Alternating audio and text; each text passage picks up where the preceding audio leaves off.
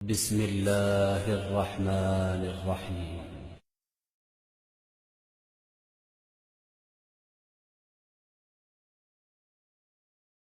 அடுத்ததாக இன்னொரு சகோதரர் கேட்டிருக்கிறார், நடப்பில் உள்ள தலாக் முறையை ரத்து செய்ய கோரி பாரதிய முஸ்லிம் பெண்கள் போராட்ட குழு என்ற ஒரு அமைப்பு தேசிய மகளிர் ஆணையத்திற்கு கோரிக்கை வைத்துள்ளது.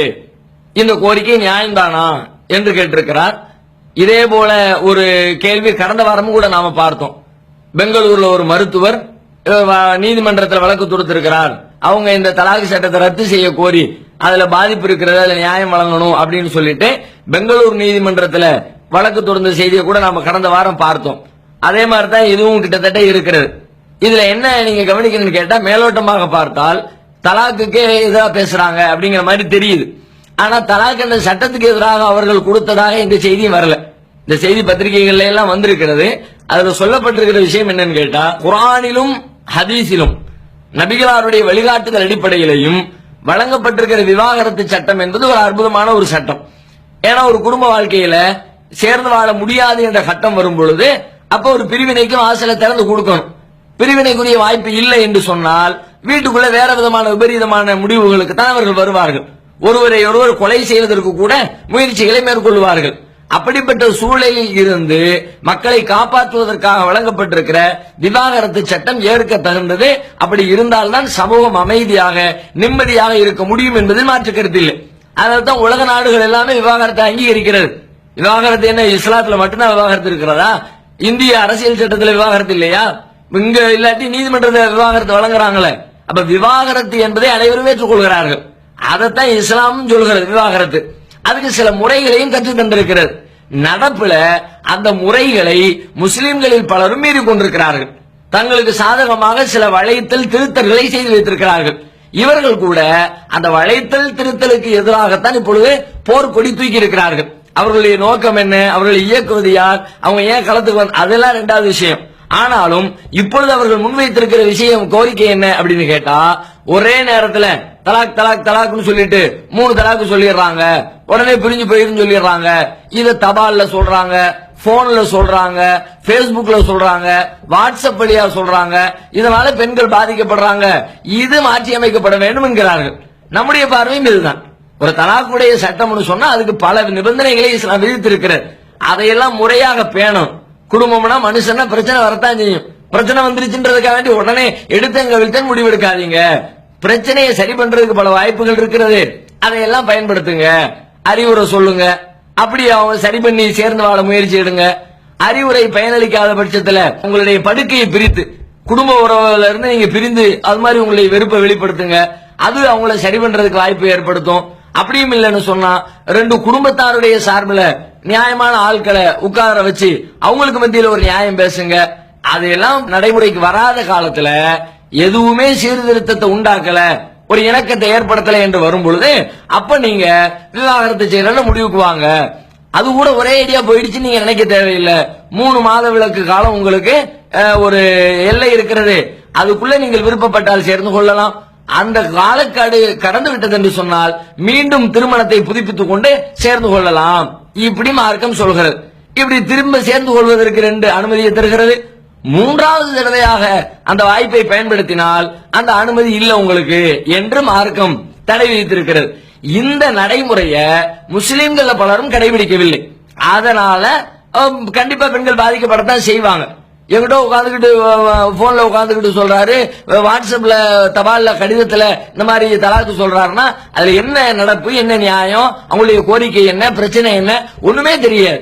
இஷ்டத்துக்கு நடக்கிற மாதிரி ஆயிரும். அது விவாகரத்துகள் பெருகுவதற்கு ஒரு காரணமாயிரும். அல்லது நிர்பந்தமான சூழலில் கூட பின்னாடி அங்கிருந்து அவர் என்ன நோக்கத்துல சொன்னார், எப்படி சொன்னாரு, எதையும் பரிசீலிக்க முடியாமல் நீ பிரிஞ்சு போ நீ பிரிஞ்சு போன்னு சொல்லிவிட்டு குடும்பம் என்ற அந்த கட்டமைப்பையே சிதைப்பதற்கு ஒரு வாய்ப்பாக அமைந்துவிடும்.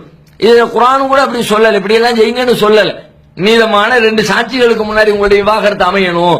அப்ப 2 பேரும் முன்னாடி உட்கார்ந்து பேசி அப்படியெல்லாம் செய்யப்படணும் என்பதுதான் குர்ஆன் ஹதீஸுடைய வழிகாட்டுதலாக இருக்கிறது.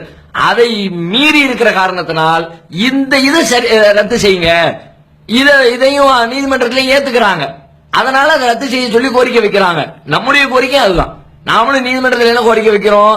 நடப்புல இருக்குது, மதுகுப்புல இருக்குது, அப்படியெல்லாம் நீங்க நீதிமன்றத்துல இந்த விவாகரத்து சட்டத்தை முஸ்லிம் பர்சனல் லாவை வைத்துக் கொள்ளாமல் குர்ஆனில் என்ன இருக்கிறது அதன்படி தீர்ப்பு, நபிகள் நாயகம் காட்டிய வழி அடிப்படையில் தீர்ப்பு அப்படின்னு நீங்க உங்களுடைய சட்டத்தை மாத்துங்க. முஸ்லிம் பர்சனல் லாவுடைய தீர்ப்பு என்பது முஸ்லிம்களுடைய நடப்பில் என்ன இருக்கிறது என்று பார்க்காமல் முஸ்லிம்களாக இருப்பவர்களுக்குரிய வேத புத்தகத்தில் என்ன சொல்லப்பட்டிருக்கிறது என்பதை பார்த்து அதன் அடிப்படையில் நாங்கள் தீர்ப்பு வழங்குவோம். அதை ஆதாரமாக வையுங்க. நம்ம ஒண்ணுக்கு அரசியல் சாசன சட்டத்தை ஆதாரமா வச்சிருக்கிற மாதிரி முஸ்லிம்களுக்கான இந்த பர்சனல் விஷயங்கள் குறித்த தீர்ப்புக்கு குர்ஆனையும் நபிகள் நாயகத்தினுடைய பொன்மொழிகளையும் ஆதாரப்பூர்வமாக நாங்கள் எடுத்துக்கொள்வோம். அதன் அடிப்படையில் தீர்ப்பளிப்போம். இதுக்கு மாற்றமா நடந்தா தப்புன்னு அறிவிப்போம், இதுக்கு உட்பட்டு நடந்தால் சரின்னு அறிவிப்போம். அப்படி முடிவெடுங்க. இதுக்கு உட்பட்டு இருந்தால் எந்த பெண்ணும் பாதிக்கப்பட போறதில்லை, இதுக்கு உட்பட்டு இருந்தால் எந்த ஆணும் பாதிக்கப்பட போறதில்லை. ஏன்? இது இறைவனிடமிருந்து வந்திருக்கிற சட்டம். இறை சட்டத்தை பொறுத்த வரைக்கும் மனிதனுக்கு நன்மை தருகிற வகையில் தான் இறைவன் அந்த சட்டங்களை வழங்கி இருக்கிறான். அதற்கு எதிராகத்தான் அவர்கள் கையெழுத்து இயக்கம் நடத்தி இருக்கிறார்கள். 50,000 பேரிடத்துல கையெழுத்தை வாங்கி தேசிய மகளிர் ஆணையத்திடத்தில் கொண்டு போய் நாங்கள் ஒப்படைச்சிருக்கிறோம். தொடர்ந்து இது குறித்து நாங்கள் போராடி வருகிறோம் என்று அவர்கள் அறிவித்திருக்கிறார்கள். அதோடு சில விஷயங்களில் அறிவற்ற முறையிலும் சில கோரிக்கைகள் அதுக்குள்ள சேர்த்து வைக்கிறாங்க. என்ன வைக்கிறோம், ஏன் வைக்கிறோம் தெரியாம. அதுல என்ன வைக்கிறாங்க? இப்போ 3 தடவை விவாகரத்தை, 3 தடவை தலாக்க பயன்படுத்திட்டார் விவாகரத்தை, 2 தடவை திரும்ப அழைக்கலாம். 3வது தடவை பயன்படுத்தியாச்சுன்னா மீண்டும் அந்த பெண்ணை அழைத்துக் கொள்ள முடியாது. ஒருவேளை மீண்டும் அந்த பெண்ணோடு சேர வேண்டும் என்றால் அந்த பெண்ணு வேறொருத்தரை கல்யாணம் பண்ணி அந்த கல்யாணத்துக்கு பிறகு சம்பந்தப்பட்ட அந்த கணவரிடமிருந்து விவாகரத்தை வாங்கிட்டு அதுக்கு பிறகுதான் மீண்டும் சேர முடியும். இது பெண்களுக்கு அநீதியா இருக்குது. இது என்ன பொம்பளைக்கு மட்டும் இந்த சட்டத்தை சொல்றாங்க, அப்ப இதுவும் ரத்து செய்யப்படணுங்களா? இது கிறுக்குத்தனமான வாதம். ஏன் அப்படின்னா 2வது திருமணத்தை செஞ்சு புட்டு மீண்டும் சேரலாம்னு சொல்லுத, இது எதுக்கு சொல்லப்பட்டது? நீ போய் 3 தடவை தலாக்கு சொல்லு, அதுக்கப்புறம் முன்னாடி இன்னொருத்தனை கட்டட்டும், அவ கெட்டிட்டு வரட்டும், அவன் விவாகரத்து பண்ணட்டும், அதுக்கு பிறகு நீ கல்யாணம் பண்ணிக்க என்று செய்வதற்காக சொல்லப்பட்ட சட்டம் அல்ல. எதற்காக சொல்லப்படுகிறது? 3வது தடவை இந்த விவாகரத்தை நீ பயன்படுத்தி விட்டால், முதல் தடவை கோபத்துல பயன்படுத்தின, பிரச்சனை பயன்படுத்தின, திரும்ப கூட்டிக்கிட்ட உன் மனைவிய, 2வது தடவை அந்த வாய்ப்பை பயன்படுத்தின, மீண்டும் உன் மனைவியோட சேர்ந்து வாழ வாய்ப்பு உனக்கு கிடைச்சிச்சு. இப்ப இன்னொரு தடவை சொல்லிட்டா மீண்டும் உன் மனைவியோடு சேருகிற வாய்ப்பு சிக்கலாயிரும். அதுக்கப்புறம் அவன் உனக்கு சொந்தமாக மாட்டா, வேறொருத்தனுக்கு சொந்தமானவளாக ஆவதற்கு வாய்ப்பு இருக்கிறது, கவனமா இருந்துக்க என்று எச்சரிப்பதற்காக. இப்போ இப்படி எச்சரிக்கும் பொழுது அப்ப நம்ம சேர்ந்து வாழ்வோம். ஏற்கனவே 2 தடவை தேவையில்லாம அவசரப்பட்டுட்டோம், நாம கவனம் இல்லாம முடிவெடுத்துட்டோம், இந்த தடவையாவது நாம ஒழுங்கா முடிவெடுக்கணும்னு சொல்லிவிட்டு அவன் சிந்திப்பான். நம்ம இந்த கோவப்படுவது நியாயம் தானா, விவாகரத்து போற அளவுக்கு இது பிரச்சனை உள்ளதா அப்படின்லாம் சிந்தித்து தேவையாக இருந்தால் மட்டும் அதை பயன்படுத்துவான், இல்லை என்றால் பயன்படுத்தாமல் விட்டு விடுவான். அப்ப அவங்க 2 பேரையும் மீண்டும் சேர்ப்பதற்குரிய ஒரு சட்டமாக தான் இதை நீங்க பார்க்கணும். பிரிஞ்சுதான் ஆகணும்ன்றவங்க பிரிவாங்க, பிரிய தேவையில்லைங்கிற லெவல்ல இருக்கிறவங்க மீண்டும் சேர்ந்து கொள்ள வாய்ப்பு இருக்கிறது. இது ஏதோ சடங்கு கிடையாது. நீ 3வது தடவை சொல்லிடு, அடுத்த ஒருத்தரை கட்டி வை, அவன் 2வது நாள் தலா, அப்படி கிடையாது. முடிஞ்சிருச்சு, 3வது தடவை சொல்லிட்டியா, உங்க 2 பேருக்கும் உண்டான உறவு 100% ரத்தாயிடுச்சு. அதுக்கப்புறம் வேற எவனையோ கட்டிட்டு போயிடுவா. அப்படி கெட்டி குடும்பம் அடைச்சு வாழ்ந்துகிட்டு இருக்கிற நேரத்துல அவங்களுக்கு இடையில பிரச்சனை அந்த பிரச்சனையில இந்த வழிமுறைகளை எல்லாம் பயன்படுத்தி அவங்களும் முடிஞ்சிருச்சு, இனிமே சேர்ந்து வாழ முடியாதுங்கிற கட்டம் அங்க அந்த பெண் அவனிடமிருந்து விவாகரத்தை பெற்று தனித்து அமர்ந்திருந்தால் இப்போ சேர முடியுமா முடியாதனா விரும்பினால் சேர்ந்து கொள்ள வாய்ப்பு இருக்கிறது. இப்படிதான் செய்யணும்னு அல்ல, நீ போ முடிச்சிட்டு வா அப்படின்னு ஒரு சடங்கு பூர்வமாக செய்வதற்காக சொல்லப்பட்ட சட்டம் அல்ல. 2 தடவைகள் அந்த வாய்ப்பை பயன்படுத்தி விட்டாய், 3வது முறை பயன்படுத்தினால் உன் மனைவி உனக்கு கிடைப்பதற்கு வாய்ப்பு இல்லை என்ற அச்சத்தை ஏற்படுத்துவதற்காக. ஏன்னா இப்ப இன்னொருத்தனை கல்யாணம் பண்ணனா அவன் விவாகரத்து பண்ணணும் எப்படி எதிர்பார்க்க முடியும்?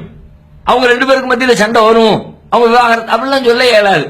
இயற்கையில் பிரிந்து பிரிந்த பிறகு மீண்டும் சேர வேண்டும் என்று இந்த 2 பேரும் விரும்பினால் அதற்கு இஸ்லாத்திலே வாசல் திறந்து வைக்கப்பட்டிருக்கிறது என்று அந்த சட்டம் சொல்லுதே தவிர இது ஏதோ அசிங்கப்படுத்துவதற்காக உள்ளது அல்ல.